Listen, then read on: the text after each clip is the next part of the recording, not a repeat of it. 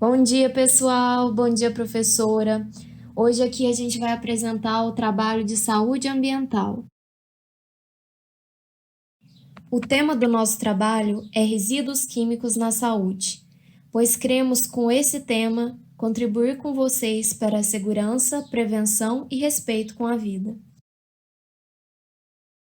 A equipe técnica do nosso trabalho é composta por Ana Clara Rodrigues Borges, Aurora Gianazzi Almeida, Bruna Melo de Almeida, Isabela Garcia, Letícia Lima Moreira, Letícia Pimenta, Laiane Mercedes, Mariana Marques, além da nossa orientadora Beatriz Dutra Negrão Leles. A saúde de uma população é resultado do seu modo de vida e da conquista e manutenção de direitos sociais e ambientais.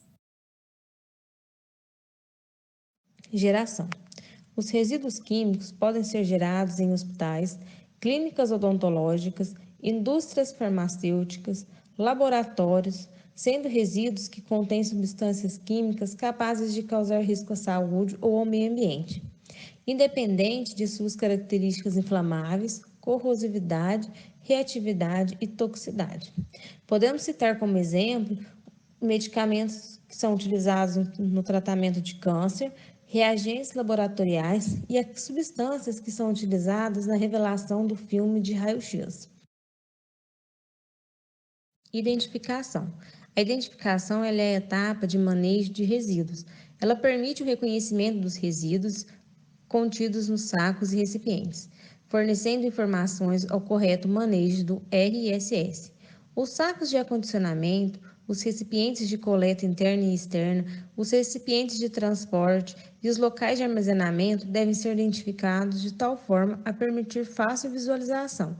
De forma indelível, utiliza-se símbolos, cores e frases, atendendo aos parâmetros referenciados na norma NBR 7500 da ABNT, além de outras exigências relacionadas à identificação de conteúdo e ao risco específico de cada grupo de resíduos. Esses resíduos normalmente estão em contato com fluidos humanos ou de animais, e sua natureza pode representar um risco à saúde das pessoas. Portanto, todo o manejo com esse tipo de resíduo deve ser realizado com maior cuidado. Podemos citar como exemplo de resíduos hospitalares, seringas, agulhas, materiais contaminados com sangue e afins. Esses materiais eles são classificados em diferentes níveis, de A a E, de acordo com o seu tipo. Tipo A. São materiais potencialmente infectantes que podem conter qualquer material biológico que possa vir a infeccionar alguém. Este é um caso de resíduo hospitalar. São exemplos deste resíduo bolsas de sangue. Tipo B.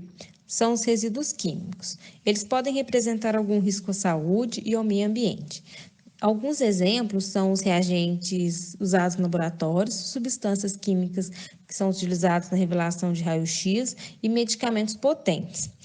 É válido também lembrar que deve-se lutar para diminuir a utilização destes resíduos.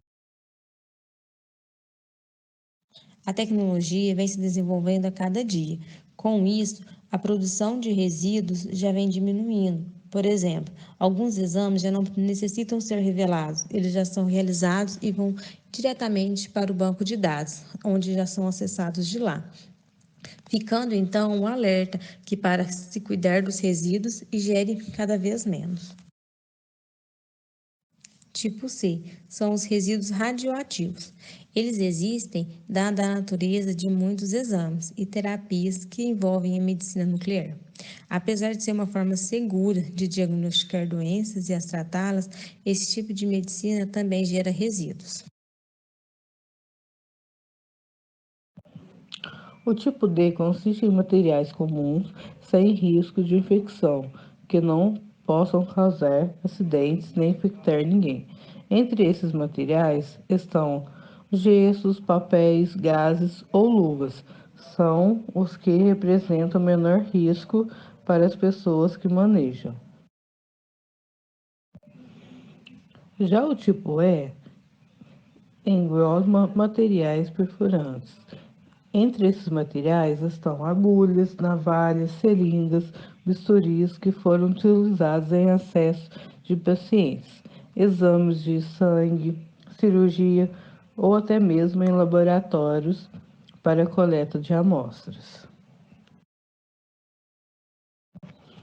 Nessa categoria, até mesmo as agulhas de estudo de tatuagem utilizadas para aplicação de piercings, que se agrupam. Aqui pode haver um risco de o material ser perfurante e também estar infectado. Por esse motivo, os enfermeiros jamais podem engabar seringas, pois está correndo o risco de se contaminar com o sangue de pacientes doentes a qualquer momento. Essas divisões nos permitem entender melhor o que é o lixo hospitalar, pois sabemos que cada um representa e o seu potencial de risco. Somos capazes de prevenir melhor de qualquer contato. Esses são os símbolos de AE que mostra qual lixo é o que para a pessoa assim identificar certinho, né? Igual o lixo comum, tem o radioativo.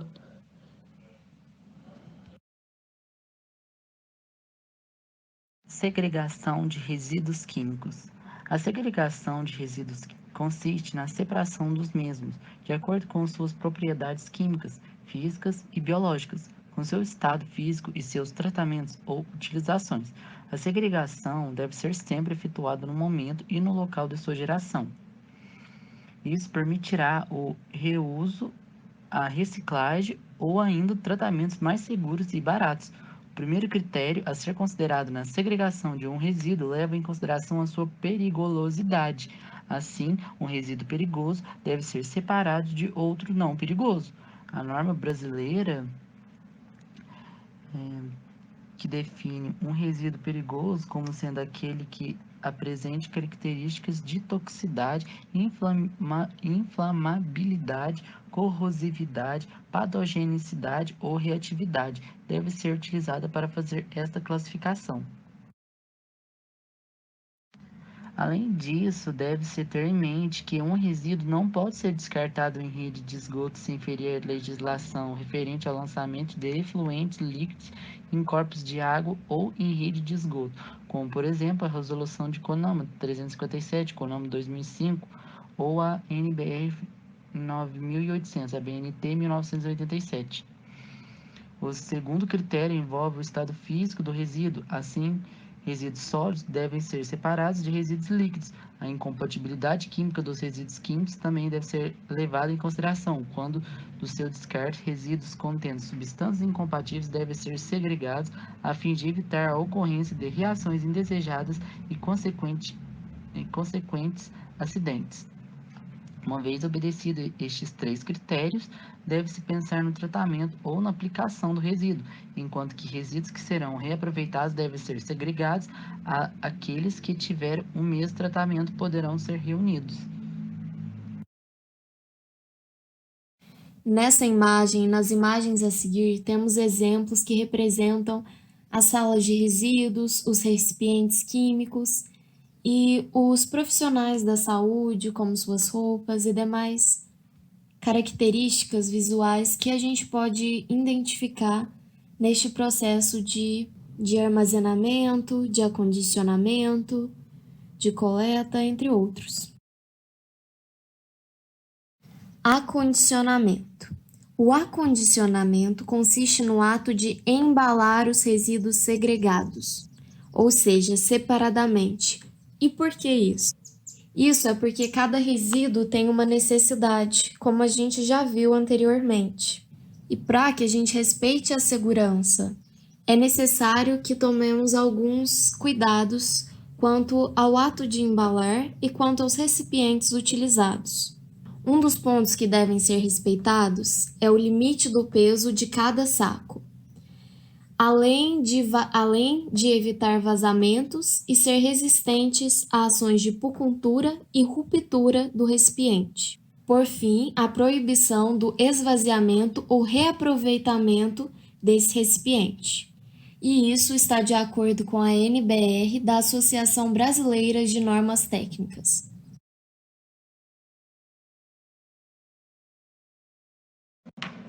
Armazenamento temporário. A área destinada a guardar os carros dos transportes internos de resíduo deve ter pisos e paredes lisas, laváveis e resistentes ao processo de descontaminação utilizado. O piso deve ainda ser resistente ao tráfego dos carros coletores. Deve possuir ponto de iluminação artificial e área suficiente para armazenar no mínimo 2 carros coletores. Para translado posterior até a área de armazenamento externo, quando a sala for exclusiva para armazenamento de resíduos, deve estar identificada como sala de resíduo. Os resíduos de fácil putrefação que venham a ser coletados por período superior a 24 horas de armazenamento devem ser conservados sob refrigeração e assim, quando não for possível, serem submetidos a outro método de conservação.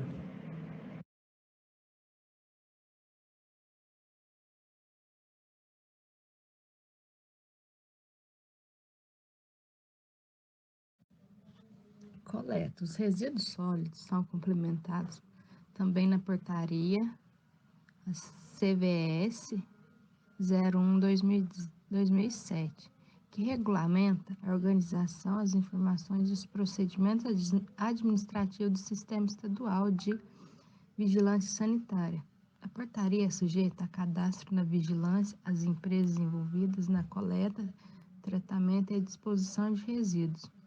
Além daquelas atividades voltadas à reciclagem ou recuperação de determinados tipos de resíduos, é permitido, com isto, conhecer e fiscalizar com a maior agilidade e eficiência tais tipos de estabelecimento.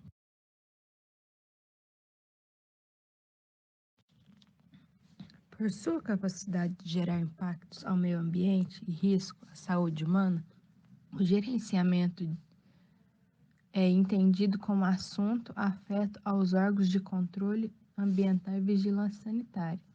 Nos últimos anos, tem trabalhado a nível nacional com a convergência de princípios e diretrizes entre os setores ambientais e de saúde para regulamentação conjunta do assunto. Iniciativas recentes com esse sentido por parte da Agência Nacional de Vigilância Sanitária, Anvisa e o Conselho Nacional de Meio Ambiente, CONAMA, resulta a publicação da RDC número 3006/2004, na resolução número 358/2005, que disciplina o assunto de maneira integrada. No estado de São Paulo, o gerenciamento da RSS foi objeto de abordagem intersecretarial de 98, quando a publicada da Resolução Conjunta SS/SMA/SJDC/98.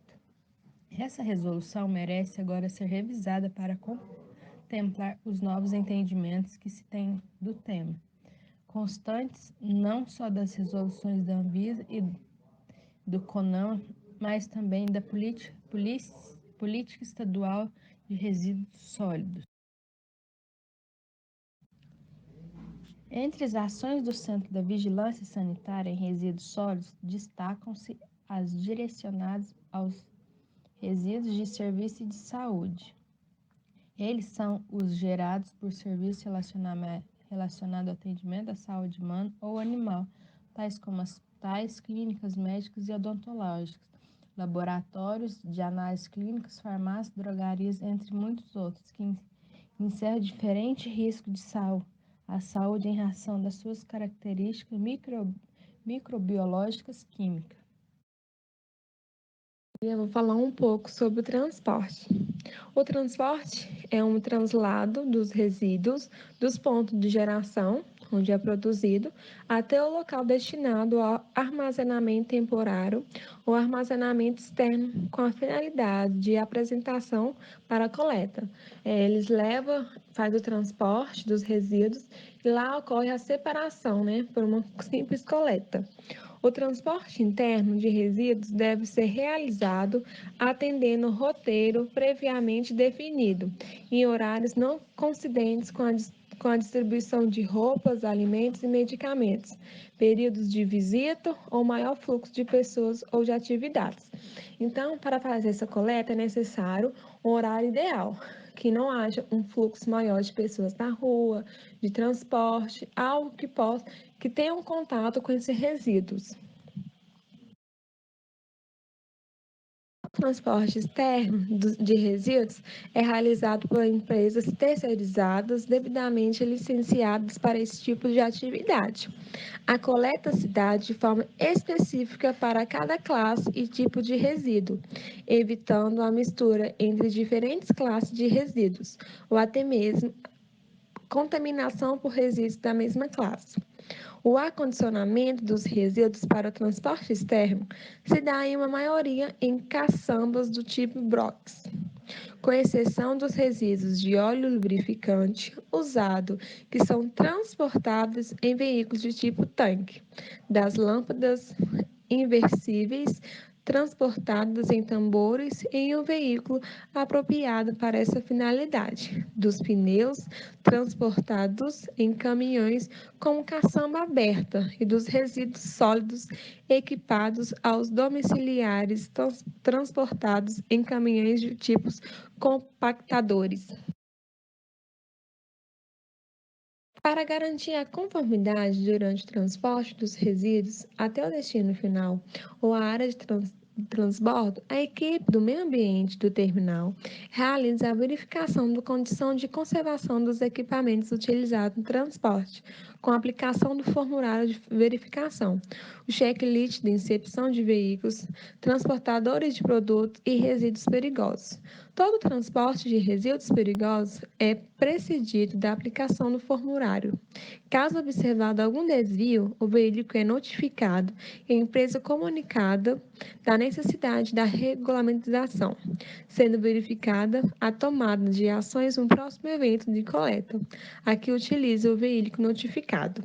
Ainda em conformidade com as portarias, que trata da utilização do Sistema de Controle de Movimentação de Resíduos e de Rejeitos, a MTR.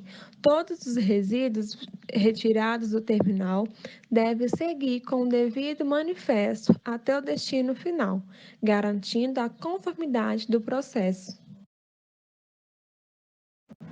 Tratamento.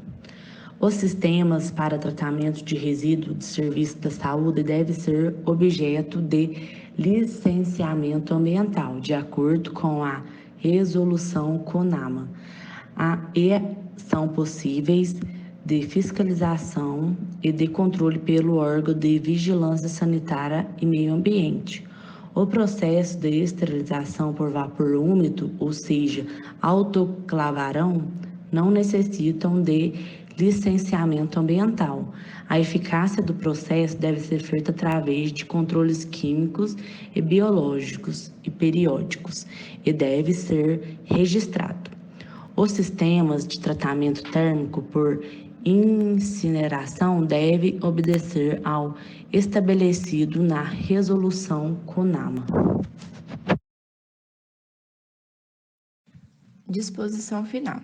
Segundo a resolução número 283 do CONAMA, os resíduos pertencentes ao grupo B, que são os resíduos químicos, deverão ser submetidos a tratamento e destinação final específico.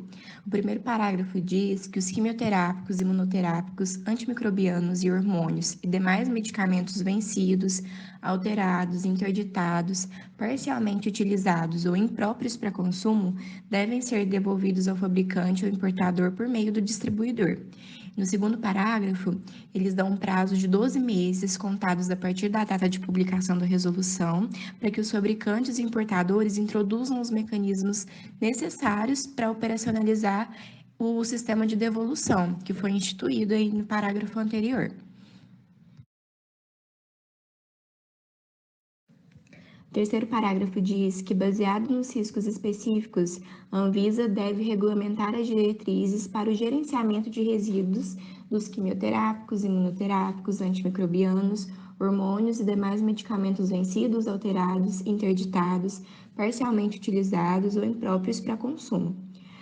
Para garantir as condições adequadas de retorno ao fabricante ou importador, o manuseio e transporte dos resíduos discriminados no primeiro parágrafo do artigo deverá ser de corresponsabilidade dos importadores, distribuidores, comércio varejista, farmácia de manipulação e serviços de saúde.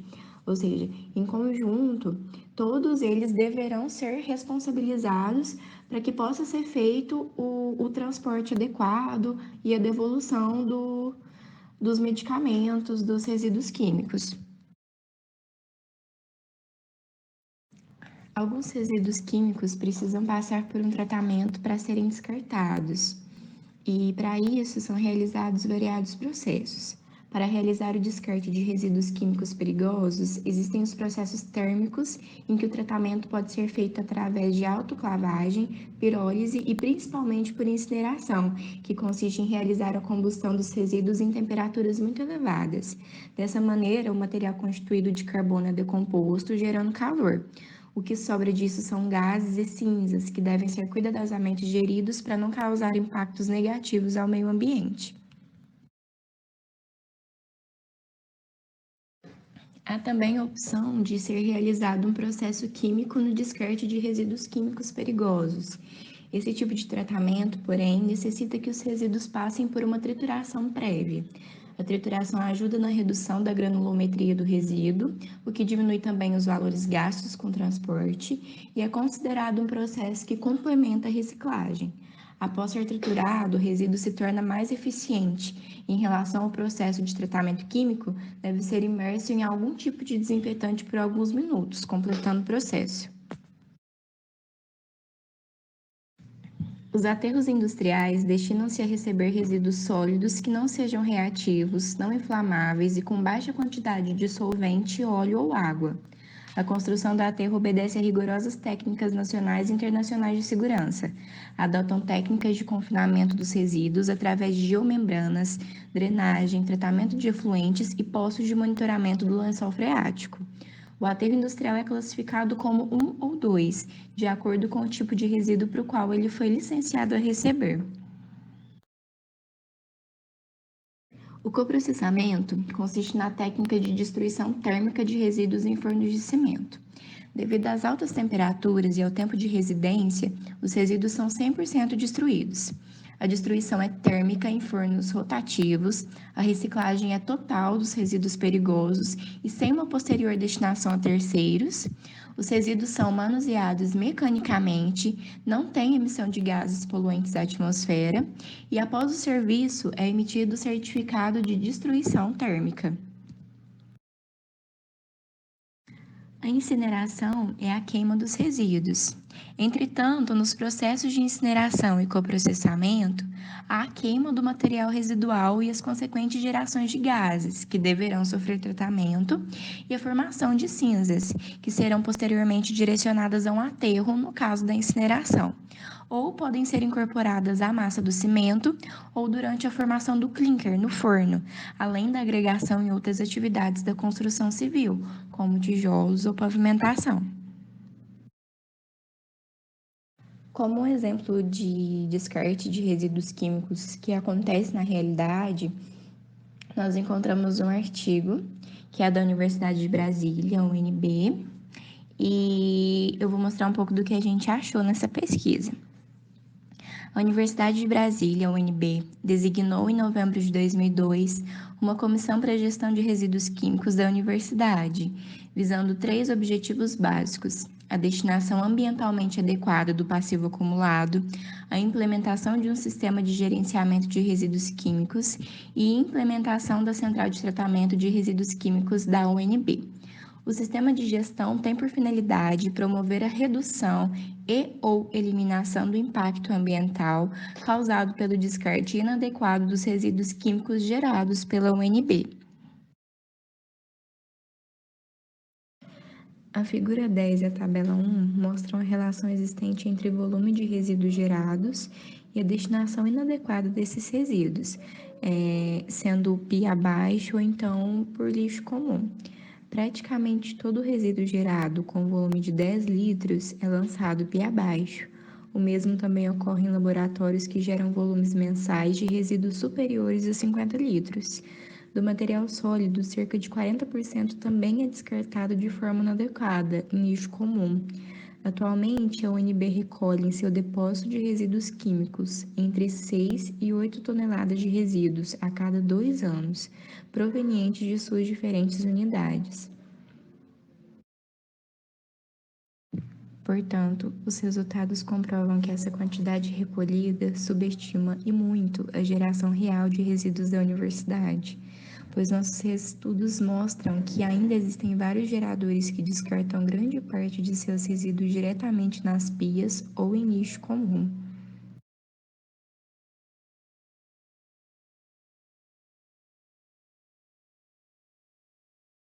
Essa é uma tabela que mostra a geração e lançamento inadequado de resíduos. Um exemplo é a quantidade gerada menor que 1 litro corresponde a 35% da geração e 33% é lançado pia abaixo ou no esgoto. Isso significa que 94% é lançamento inadequado dessa geração. E isso porque esses dados foram recolhidos, mas 4% dos informantes declararam não saber estimar a quantidade de resíduos gerados e cerca de 16% diz não saber estimar a quantidade lançada de forma inadequada. Então, quer dizer que os dados podem ser muito maiores que isso. Praticamente 100% da geração significa que o lançamento é feito de forma inadequada. Dos laboratórios que armazenam seus resíduos para serem recolhidos posteriormente, foram obtidos também dados sobre o tempo de permanência dos recipientes na unidade geradora até que sejam coletados por órgãos responsáveis, que seria a prefeitura do campus nos casos analisados. Estes dados são mostrados na figura 11. Nessa figura, a gente pode observar o tempo de armazenamento dos resíduos que ficam no laboratório até a coleta.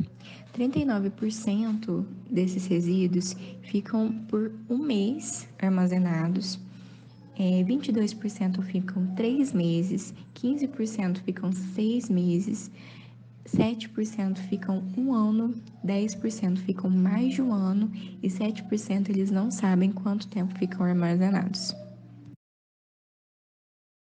Esta figura mostra o depósito onde ficavam os resíduos antes do programa de gerenciamento na UNB. E, por fim, a proteção à saúde pública, que é um tema muito importante, um tema muito polêmico e muito discutido, evidenciado pelas opiniões divergentes entre vários autores, pela importância da biossegurança, da saúde do trabalhador, da comunidade e da preservação do meio ambiente.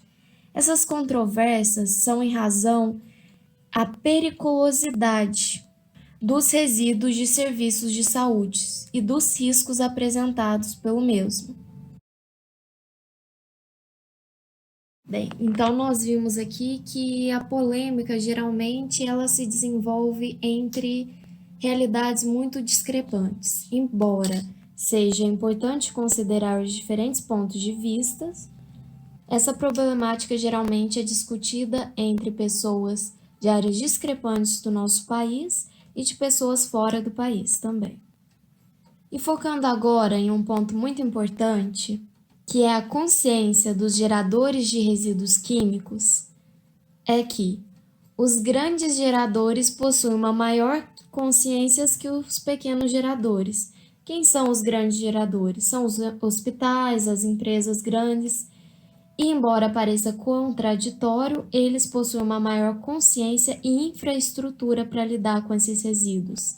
E os pequenos geradores, que são as pessoas que possuem os resíduos domiciliares, como agulhas injetáveis para medir diabetes, para os usuários de drogas também são considerados, o uso de medicamentos, entre outras coisas, não apresentam uma infraestrutura, um conhecimento e uma conhecimento para a destinação, para o uso, para gerenciar esses resíduos de forma objetiva e conscienciosa. E como proposta de intervenção, temos 3 princípios que devem orientar esse gerenciamento de resíduos. São eles: a redução, a segregação e a reciclagem. A redução, no momento da geração, é crucial para que a gente gere uma consciência de evitar o desperdício. E já a segregação é um ponto fundamental da discussão sobre a periculosidade, pois nesse ponto deverão ser tratados potencialmente os resíduos infectantes, exigindo procedimentos especiais para o acondicionamento, coleta, transporte e disposição final, elevando assim os custos do tratamento desses resíduos.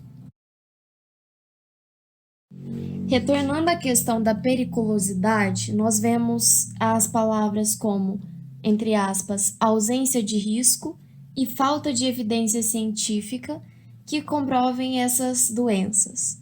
Porém, é importante lembrar que isso não serve de justificativa para a gente negligenciar o gerenciamento dos resíduos, porque esses artigos são de origem estrangeira e os estrangeiros na qual esses artigos foram escritos não possuem a nossa realidade. Lá os resíduos são incinerados no próprio local, os aterros são controlados, não há catadores e os trabalhadores que lidam com esses resíduos são bem mais protegidos.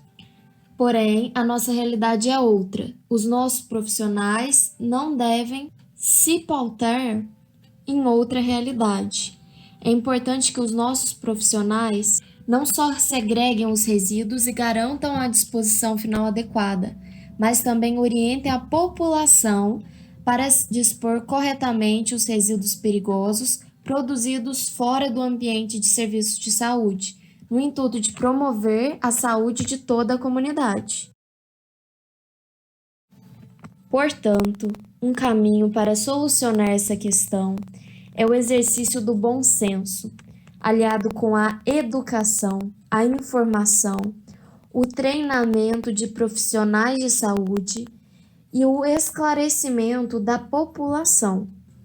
A tomada dessas medidas no contexto da biossegurança, aliado à economia de recursos e à preservação do nosso meio ambiente, ética e responsabilidade, podem garantir mais qualidade de vida no presente e num futuro mais saudável para as nossas próximas gerações. E essas foram as nossas referências. Nós criamos a sociedade na qual vivemos. Somos responsáveis pelos problemas ou soluções que geramos. É necessário que repensemos a nossa relação com o meio ambiente, pois em nossas ações diárias mora o nosso futuro ou a nossa sina. Este trabalho é um convite à reflexão, ao questionamento de nossas ações e impactos ambientais gerados ao planeta, por meio da educação, da informação e das mudanças de hábitos. Agradecemos muito a presença e a atenção de todos. O nosso grupo fica disponível para qualquer dúvida, comentário, sugestão da professora e dos colegas. Então, até mais, nos despedimos aqui.